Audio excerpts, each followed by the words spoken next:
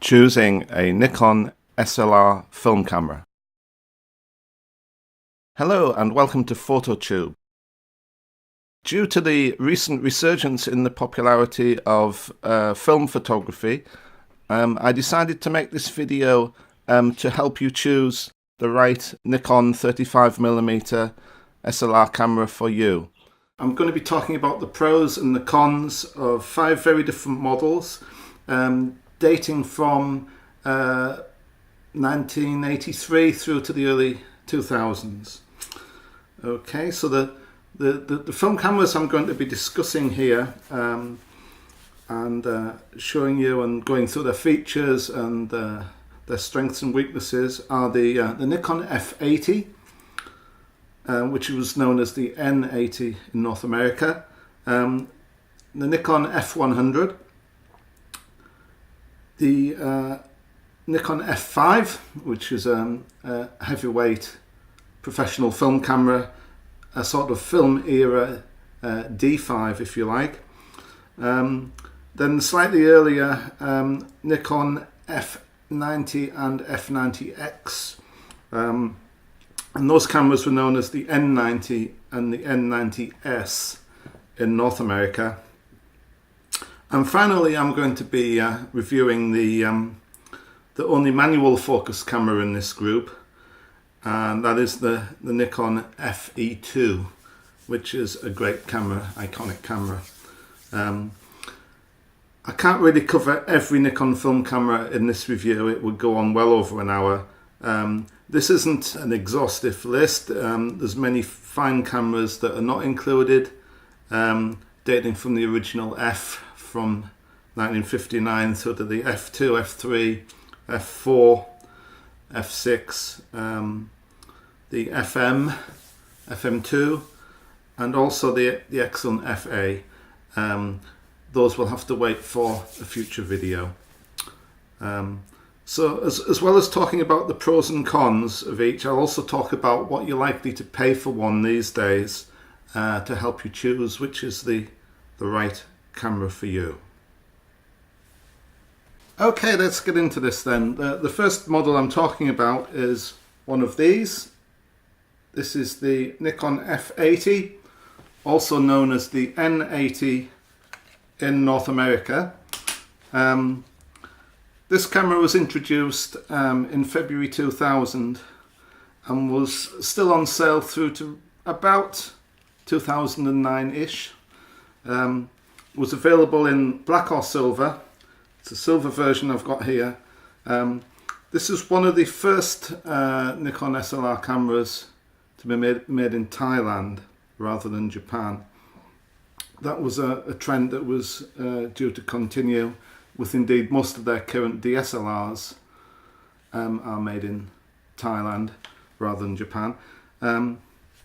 Right, this camera, right, it's quite a sophisticated camera, quite technically advanced. It has many decades of Nikon SLR expertise in this design of this, but it is quite a lightweight, plasticky, cheap-looking camera, but it is capable of great results in the right hands.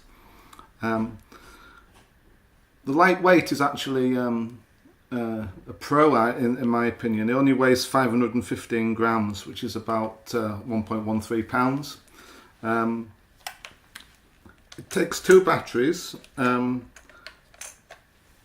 These CR123A or DL123A. It takes 2 of those. They go into the bottom. This camera has 3D matrix metering in addition to center weighted and spot metering, but the matrix metering will only actually work with AFS lenses and also the older AF lenses with a D suffix on them.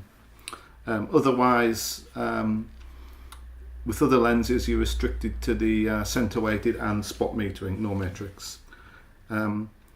Shutter speeds go all the way up from 30 seconds or half a minute through to 1/4000th of a second. There's also bulb setting. You can see here one feature I like. It's got a traditional threaded socket on the shutter release button for a traditional cable release, so you don't have to buy a special remote release for this model.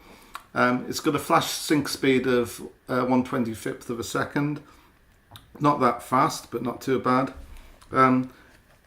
It offers all the usual exposure modes you'd find on a modern DSLR, such as program, shutter priority, aperture priority, and of course manual.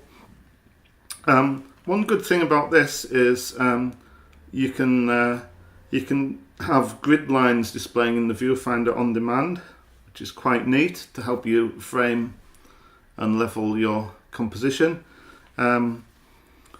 It was available with an optional battery grip, which was the MB16. So this will work basically with virtually all Nikon's autofocus lenses. But if you're using the more recent Type E lenses, you will be restricted to shooting a maximum aperture only. That's something to bear in mind. The AFP lenses, which are just started to appear in the last couple of years, are not usable at all because you won't be able to focus them. One interesting fact about this camera, this model formed the basis of a couple of very early digital SLR cameras, those being the Nikon's own D100 and also, interestingly, the Fuji S2. Right, let's talk about the pros of this camera, the good things about it. Firstly, the control layout is the modern type Nikon layout, so it'll be fairly familiar to someone who's used to shooting, for example, a D7200 or even a D500. It's cheap.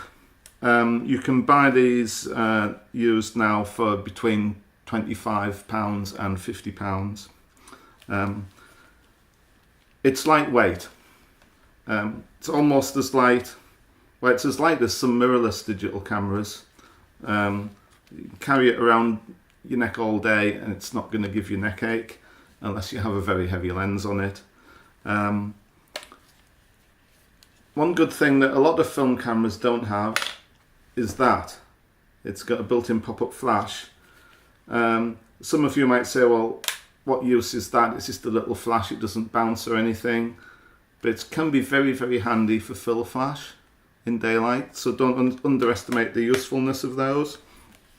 Another pro of this camera is if you're using a modern Nikon lens that has VR or vibration reduction, the VR will work with this camera, which is not true of a few other Nikon film cameras, which I'll be discussing further later.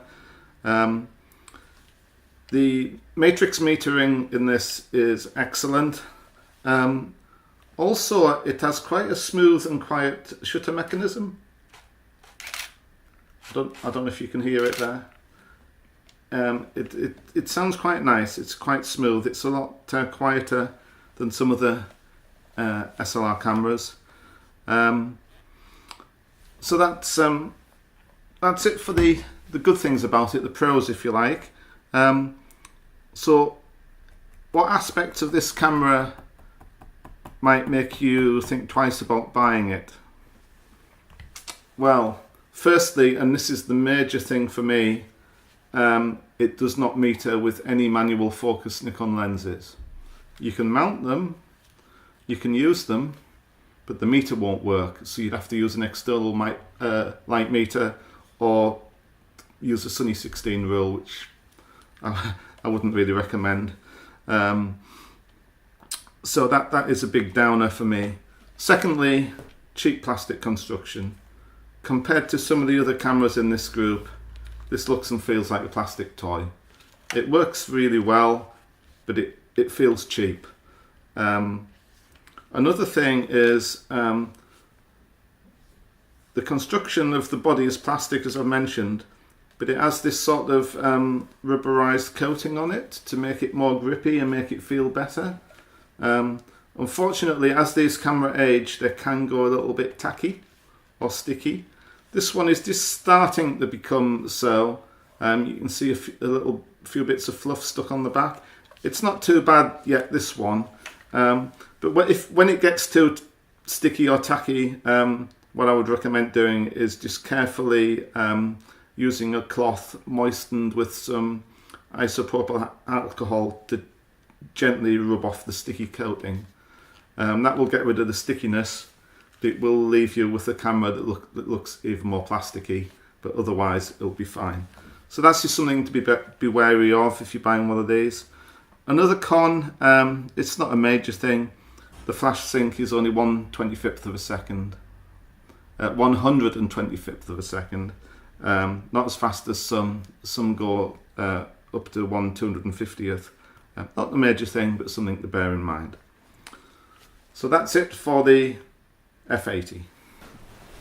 Right, the next camera I'd like to talk about is something that looks and feels substantially more market than the F80, but is from the same era.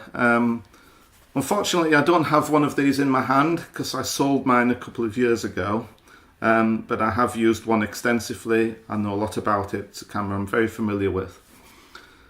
Okay, the F100, it was introduced in 1999, and it remained on sale through to roughly 2008. It's considered by many to be like a baby F5, the F5 being a fully professional camera. The F100 may look great, it may look very well finished, well made, and be lovely to use, a great camera to shoot with, but it is not as well made as the F5 and isn't as durable. I'll be talking more about that later. The F100 has a 10-segment 3D matrix metering, which works very well. You get matrix metering with D and G type Nikon lenses. So if you're using older lenses, then you'll be restricted to center weighted and spot metering, as with the F80. The shutter speeds extend a bit faster on this one. It goes to 1/8,000th of a second. That's one way it gains over the F80. Also, another improvement over the F80 is this camera has a flash sync of 1/250th of a second. It's a heavier camera, being better built, and it weighs 785 grams. Not exactly a lightweight, but not too heavy. Certainly a lot lighter than the F5.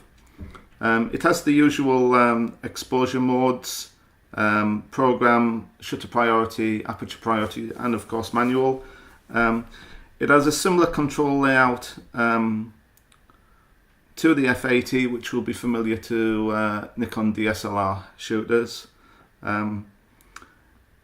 It takes 4 type AA batteries as standard, but there is an alternative battery holder that slips into it that will hold lithium batteries. I forget what the model number is of them.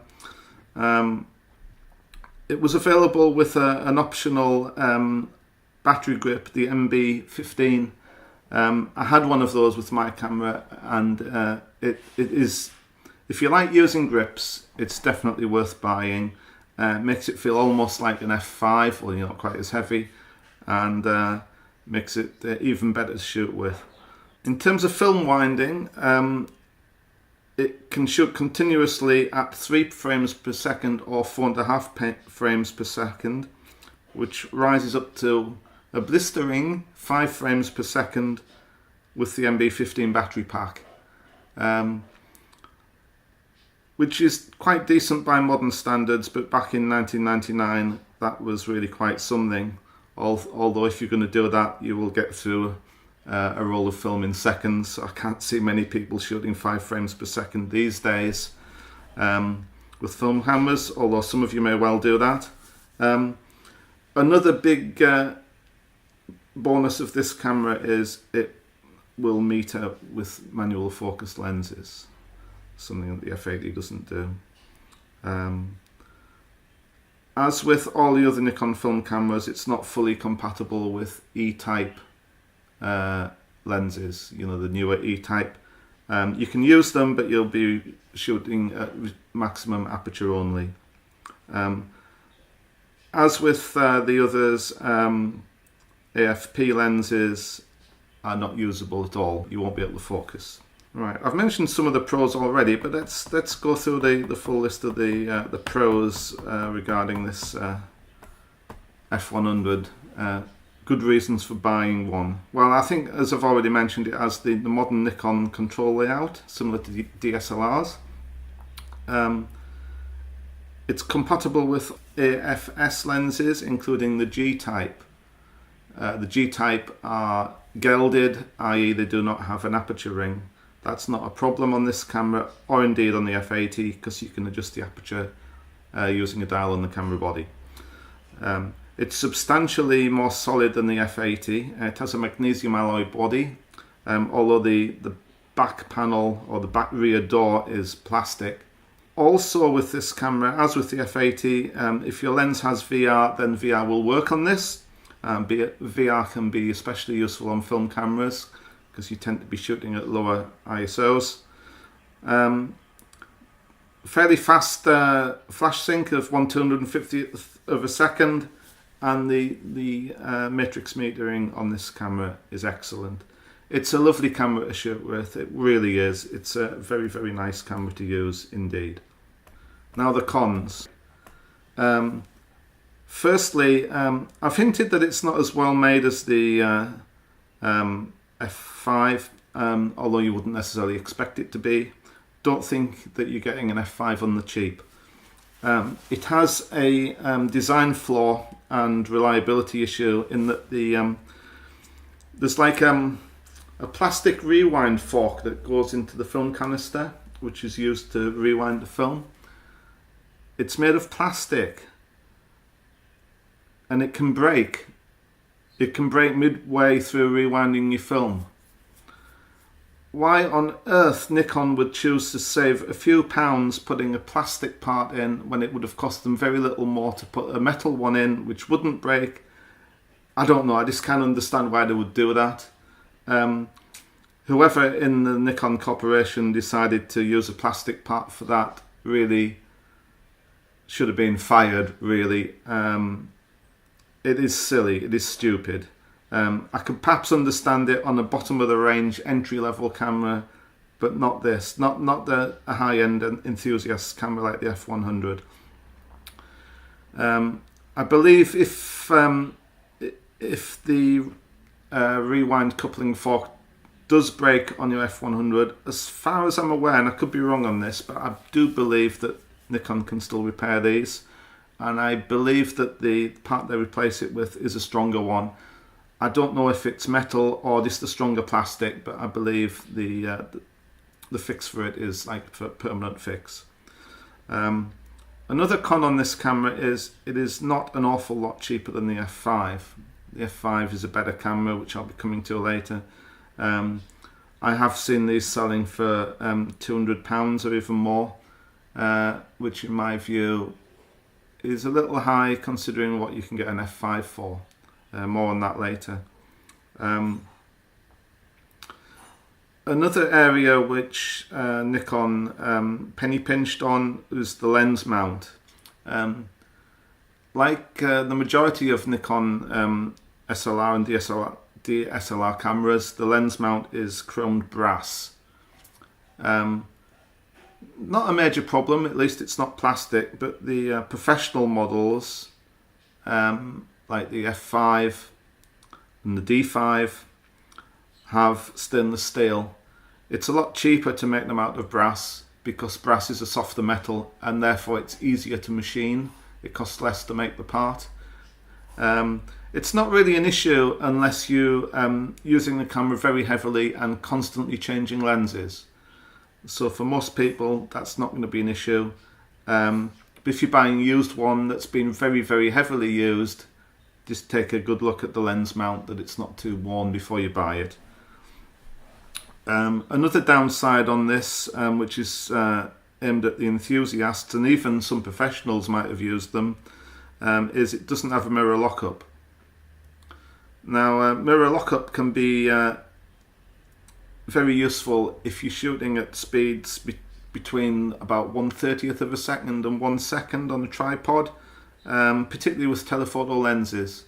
The vibration caused by the mirror flipping up can induce some camera shake. So yeah, that is a negative on this camera. That may not matter to you. If it does, stay clear of the F100 and look at one of the other cameras that does have that feature.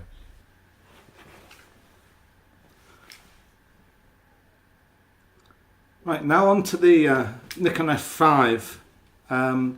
This was introduced in June 1996 and was sold all the way through to around 2004. This was Nikon's top professional film camera, designed for news and sports professionals, which replaced the F4. This was a bit of a comeback bid from Nikon, because for a number of years before this was introduced, they'd been losing a lot of professional sales to Canon. So this device has a number of improvements over the F4, which incidentally is also a great camera in my opinion. This was the first Nikon professional camera to have an integrated vertical grip. Previously, on the previous single digit F cameras, it had always been an optional add-on. So in that respect, this is a lot more like Nikon's top DSLRs, professional DSLRs, like the D3, D4, D4S and D5, etc. Right, this has matrix metering, as you might expect, but it has a very sort of sophisticated version of it. It's what Nikon call a 3D 1005 segment RGB color matrix metering, and that works with any Nikon autofocus lens made since 1986. It can shoot blisteringly fast by film standards at 8 frames per second and has suitable fast subject tracking to keep pace with that. It is a heavy beast, dry without any batteries or film or anything. It's 1,210 grams, and with batteries and film that rises to 1,450 grams. So this is nearly as heavy as two F100s, believe it or not. The brochures would give the flash sync speed of 250th of a second, sorry, 1/300th of a second, but there's a number of caveats attached to that. In practice, it is effectively, to all intents and purposes, a sync speed of 1/250th of a second. Shutter speeds run all the way from 30 seconds to 1/8000th of a second. This is meant to be extremely durable and long-lasting. The shutter, Nikon claims, has been tested up to 150,000 cycles, but in practice, I've heard of many stories from professional photographers who've done many times that number of shots on their very well-used F5s. It has all the usual exposure modes. Despite being a professional camera, it includes program, also shutter priority, aperture priority, and of course manual. In terms of lens compatibility, generally all AFS autofocus lenses will work on it, including Type G. The only issue you have is if you put one of the newer Type E lenses on, such as the 200 to 500 zoom. Because they have an electronic aperture, it's not really fully compatible with this or with any of the other cameras in this review, for example, in that it will always shoot at maximum aperture. The very recently introduced AFP lenses are not usable at all, and they're not usable on any of the other cameras in this review either, because they won't be able to focus. It'll be no surprise to you that this is actually made in Japan, not Thailand or China. It is a superb camera. What you've just heard there is it shooting on continuous high, so that would be about 8 frames per second. It's not the quietest. It's not the quietest of shutters, but it is very, very smooth. It's engineered to be smooth and low vibration, although you wouldn't call it quiet. Right, let's talk about the good things about this camera, the pros. And the list of pros is a lot longer than the list of cons. Firstly, like the F100 and indeed the F80, it has a fairly modern Nikon control layout. People used to shoot in Nikon DSLRs will find this quite familiar, particularly people who've been shooting Nikon D3s, D4s and D5s. They will feel very at home with this film camera. This is extremely rugged and durable. There's probably no better camera in that respect. Ruggedness, durability, and also speed. It'll shoot really fast. It's designed to be quick to use, very ergonomically sound, and of course that 8 frames per second I mentioned for when you need that. It will meter with manual focus lenses, which is great, but unlike its predecessor, the F4, sadly it will not provide matrix metering with manual focus lenses, just center weighted and spot metering. It does have a mirror lockup, as you'd expect on a camera of this caliber. If you're using a G-type lens that has VR, vibration reduction, you'll be pleased to know that will work, so you will retain the VR using this camera body. The matrix metering is excellent, it's pretty accurate, it works really well. The shutter fires with very little recoil, owing to its internally isolated transport and active mirror balancer counterweight system, according to the Nissan brochures. It'll be of no surprise to you to hear that the lens mount is stainless steel, which is much more durable than the chrome finished brass of lesser cameras. And another pro of this is its very good value today on the used market. It's cheaper than you might expect for such a high caliber professional camera that's built to last, basically. So, are there any reasons why you might not want to consider one of these cameras? Well, the lack of metering with manual focus lenses. If you wanted that, and you want to buy Nikon, you'd either have to choose the F4, the predecessor of this, or the FA will also do that, which is a consumer camera but quite an advanced one, but sadly not subject to this review. Another con, well, the obvious, it's very heavy and bulky, so if you like to travel light, then possibly not the camera for you. And it does take 8 AA batteries at one time, so it absolutely eats batteries. I think there are alternative battery trays that fit in here that take other types of battery, I believe, as opposed to AAs, but I tend to use AA batteries with it. And that's it. There's no other downsides to this. This is a superb camera. Right, I'm now going to talk about the Nikon F90 and F90X. These were known as the N90 and the N90s, respectively, in North America. I've got the F90X in my hand here. The F90 was introduced in 1992. And it was updated to what in effect was a Mark II version, which was named the F90X in 1994.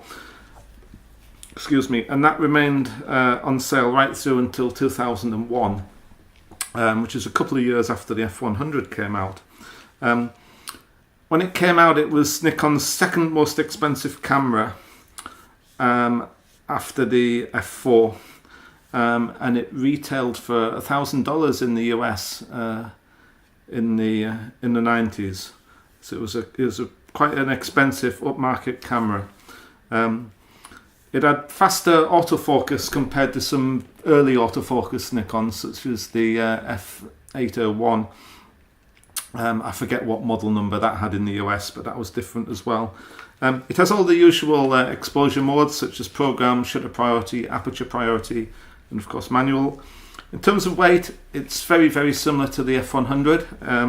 This one is 755 grams, which is 1.66 pounds. You might be wondering what the differences are between the F90 and the F90X. There's not much in the way of differences as far as I can tell.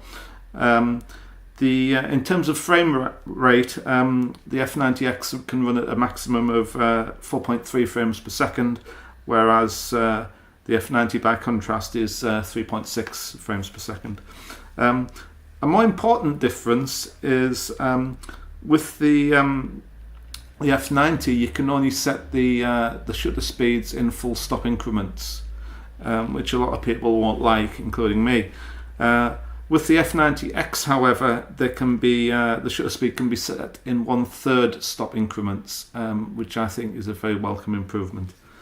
So this was basically aimed at a serious enthusiast. It was quite an expensive camera, and I'm sure a fair number of them found themselves into the hands of professionals as well, who felt they didn't need an F4 or an F5.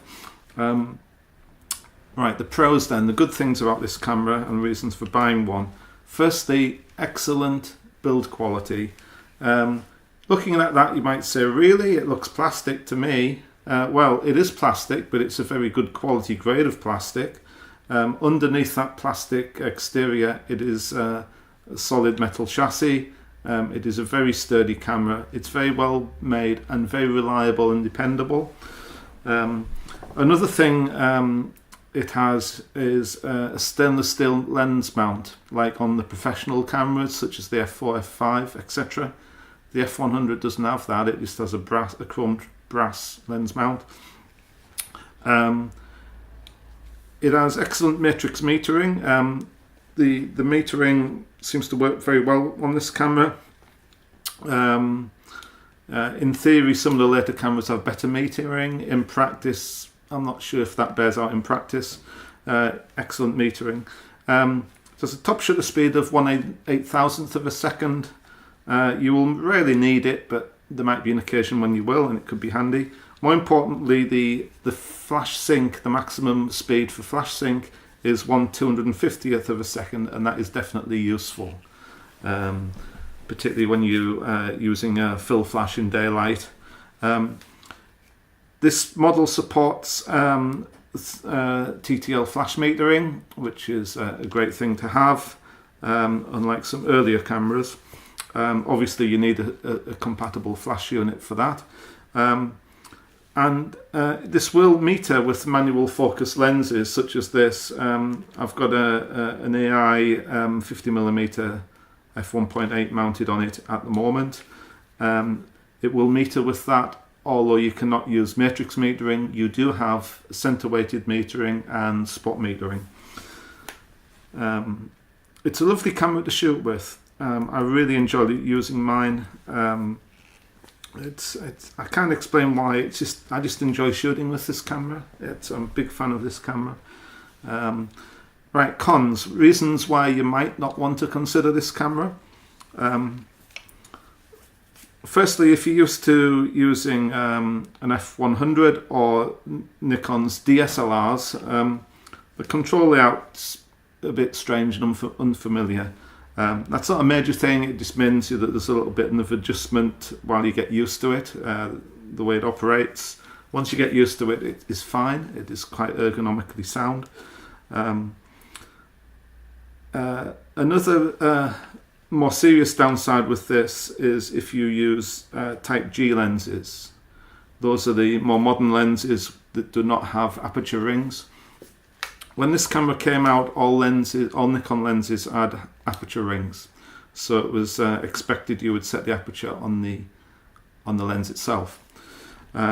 So with the G-type lens, you've got no way of setting the aperture, which means you cannot use manual mode, and also you can't even use aperture priority mode either, because there's no way of setting the aperture on the camera body. So with the Type G lens, you're restricted to shutter priority mode or program mode. That may be an issue for some people. I've used this with the Type G lenses in shutter priority mode, and it's alright in certain situations when that mode is fine. But yeah, that's something to bear in mind. You wouldn't buy a G series lens to use mainly with this camera, but if you have some already, they are usable, but only in shutter priority or program mode. Another downside, a little bit heavy compared to some cameras, like compared to the F80 or the FE2, it's a bit weighty, but compared to the F5, it's a lightweight. The type of rubber that's on the grip of these, it's different to later cameras. It's different to, for example, the F100. This is a harder, smoother type of rubber, which I actually like because it's more, I think it's harder wearing and it does not go sticky as it ages. That will last forever. But one thing that is of concern is the rear door. The rear door is quite a good quality plastic moulding, but what they did was they coated it with some clear rubberized material to make it more grippy and make it look better. The problem with that is the Nikon engineers probably didn't realize at the time, but as that coating ages, it goes sticky and gooey and horrible. You will not find one of these cameras today with the original rear coating still intact. They will have all gone sticky or will have been cleaned off. If yours goes sticky, what I would suggest is get the cloth moistened in some isopropyl alcohol and just gently rub off that coating. That will leave you with a shiny black plastic rear door, which doesn't look fantastic, but it doesn't bother me. It's better than having a sticky back door, and that's how mine is, and that's fine by me, but it might bother you. If so, you might think twice about buying one of these. Another issue with G series lenses or more modern AFS lenses, those that have vibration reduction or VR, the VR won't work, so you lose VR if you're using one of those lenses on this body. Right, the next and final camera I'm going to talk about is the Nikon FE2. This is a classically styled manual focus camera. I think this is one of Nikon's best ever looking cameras, and it's certainly the best looking camera in this group, in my opinion. You may disagree. It's a lovely camera to use. It is lightweight. It's almost as light as the F80, but it's unlike the F80. This is all metal. There's hardly any plastic on this at all. It's a lovely camera to use. Okay, this although the styling looks very 1970s, this actually came out in '83 and replaced the popular FE model, which first appeared in 1978. The FE2 remained in production for 4 years through to 1987. Okay. It's manual focus only, so if you're going to buy one of these, you have to be not mind losing autofocus or be happy manually focusing. The main improvements this had over the earlier FE is that the top shutter speed is 1/4000th of a second compared to 1/1000th of a second on the earlier model. And the excuse me, the flash sync speed is 1/250th of a second, which is up from 1/125th of a second. Another improvement that this has over the FE is it supports Ttl Flash with compatible speed lights, which is well worth having. Yeah, so although the FE is a great camera and I would recommend them, this has a number of improvements. Exposure modes on this are aperture priority and manual only. You don't get shutter priority and you don't get a program mode.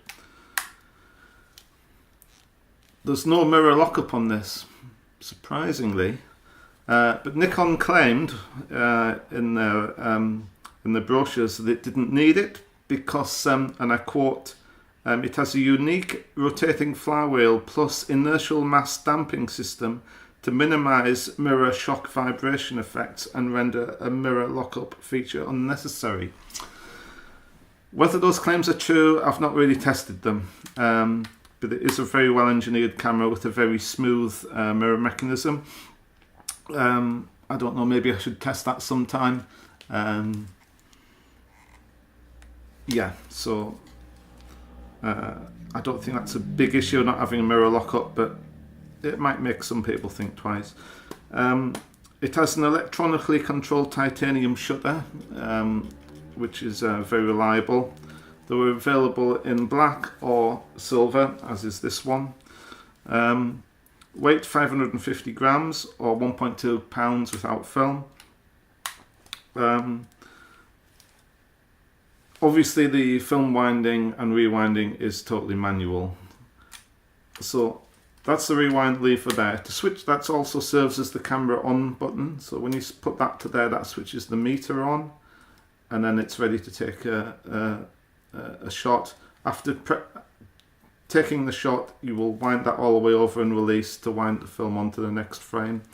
At the end of the roll, you will manually flip up this and rewind the film after pressing a button on the base to allow you to do that.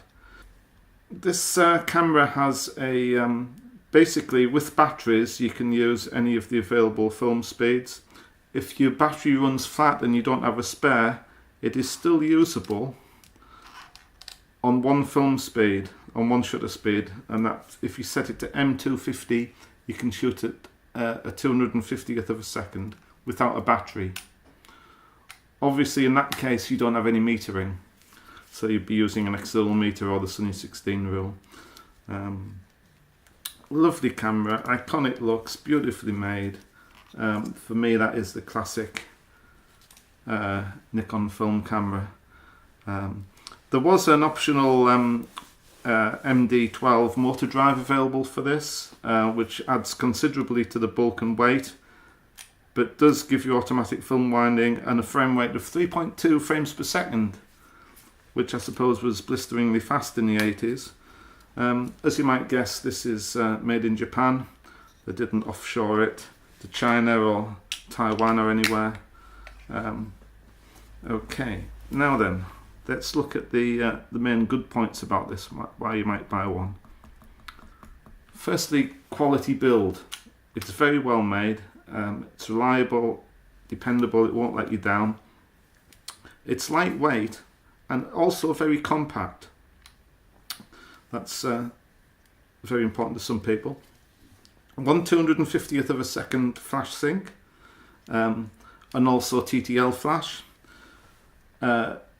Also looks, I think lots of people are attracted to various camera models by how they look as well as how they perform. This is a fantastic looking, iconically styled Nikon camera, you must agree. It's certainly the best looking camera in this group. And the battery life is great on these as well. It just takes a little, the battery goes in there, it's just like a watch battery basically, and they last ages. Right, cons, why you might not consider one of these. Well, if you don't like focusing manually or your eyesight's not great, then it's not for you. It's manual focus only. If you like shooting in program mode, I don't, because it doesn't give me creative control, but some people do. It doesn't have that, and also doesn't have shutter priority.